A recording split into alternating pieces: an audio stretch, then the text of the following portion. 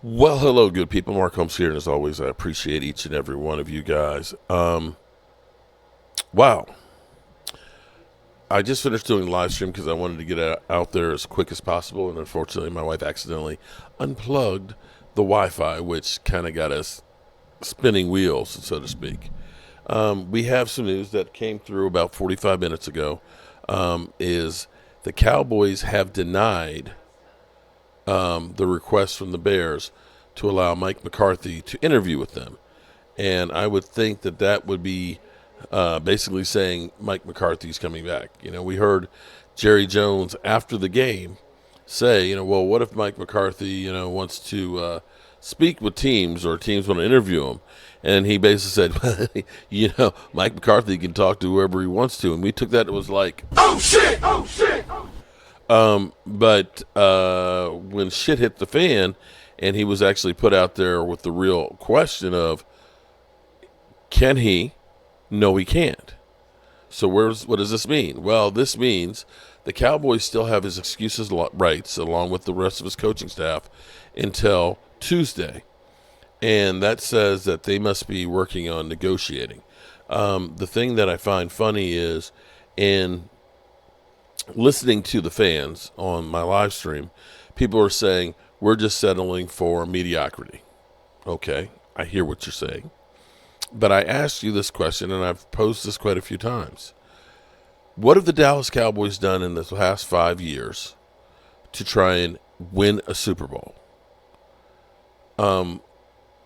I will say they've done more to hamper Mike McCarthy than to try and help him get over the hump. Sure, we've drafted players. We've gotten lucky at finding guys like Brandon Aubrey, who was an undrafted rookie free agent. But for the most part, the only big free agents we had, actually they weren't free agents, they were trades, 5th-round picks, Stephon Gilmore and Brandon Cooks. Brandon Cooks, 2 years, less than 1,000 yards. Stephon Gilmore, he was good for a year. But most people had given up on him being a stud. He was not the former defensive player of the year anymore where he was. And so I still say, what are the alternatives for Mike McCarthy? I keep hearing Ben Johnson, get Ben Johnson. Well, first of all, we've seen a lot of offensive coordinators that have been incredible offensive coordinators that haven't really been great coaches. I can say a great offensive coordinator that we had, Norv Turner, his coaching career sucked. He sucked.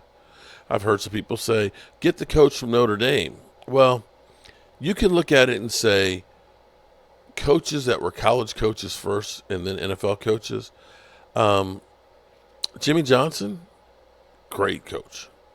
Great college transition to the NFL. But you've seen guys like Lou Holtz. You've seen guys like Nick Saban. You've seen guys like Chip Kelly. The guy who always reminded me of a koala bear, who was in with Carolina, that have been just complete disasters. Nick Saban basically had Jason Garrett as an offensive coordinator for 1 year. Quarterback coach. He becomes offensive coordinator and then head coach for the Cowboys. And Nick Saban, literally his second year, with games still to play, just said, I'm out of here. Just take this job and shove it. So I still ask the question of, then who are you getting as a coach? Ben Johnson, Aaron Glenn pretty much have said, we wouldn't interview for that job. We wouldn't. At best, I've heard Doug Peterson. Doug Peterson, I don't think would want to come here because this is a similar situation to the Eagles. He won a Super Bowl with them, and they sided with Carson Wentz and got rid of him.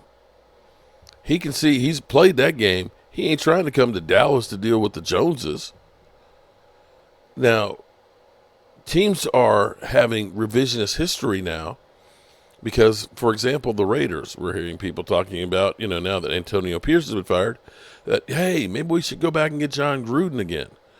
And what I tell you is, a lot of times we get used to names And what we do is when you think of John Gruden, I guarantee you what you see is you see that Chucky smirk. Ugh, and you see the Tampa Bay Buccaneers winning the Super Bowl with that Lane Kiffin defense.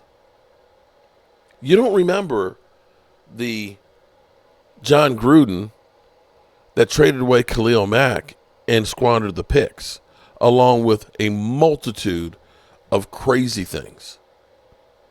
Because basically, you're going to end up hiring, if you ended up getting rid of Mike McCarthy, one of these retreads that's got some baggage. And I don't see how that's necessarily a better move. If anything, take the example of changing defensive coordinators. You had Mike Zimmer come in here without having all the pieces here until the end of training camp, because they were still bringing in Carl Lawson's and players like that for the defense. It took time for them to learn the system, which means then if you start all over, you're going to waste half the season just learning how to play it. If you have a better option, hey, I'm all for it.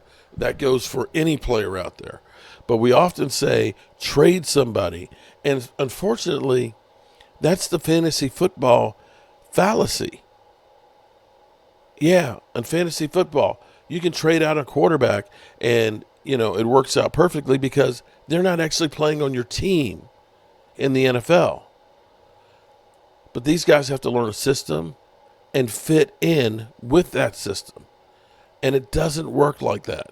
To say, let's just trade Micah and get some picks. Well, what are you expecting to get more than what Micah Parsons is? He's one of two people in the history of the NFL to start their career with double-digit sacks every single year. There aren't many people out there. There's two. In the 105-year history of the NFL. Two. So you don't trade away that. You try to support it and bring the people around to make him better. And the same thing with Dak Prescott. Instead of just having just CD, and I believe that the Dallas Cowboys have to do something big to create some excitement and some buzz. Maybe that's a Myles Garrett trade. Maybe that's get a Tyreek Hill or something. But they have to do something to win back the fans. I'm not mad about bringing back Mike McCarthy. I think it needs to be at least a 2 or 3 year deal. Or I should say a 3-year deal. To give him some breathing room at least. But that still doesn't mean you can't get fired. But then again, the Joneses aren't going to fire you and leave money on the table. So we'll see what we're going to see in the course of the next 7 days. See if it's done. And see if Mike McCarthy decides to say, I'm out of this shitstorm. I'm Mark Holmes, and I'll see you soon. Peace.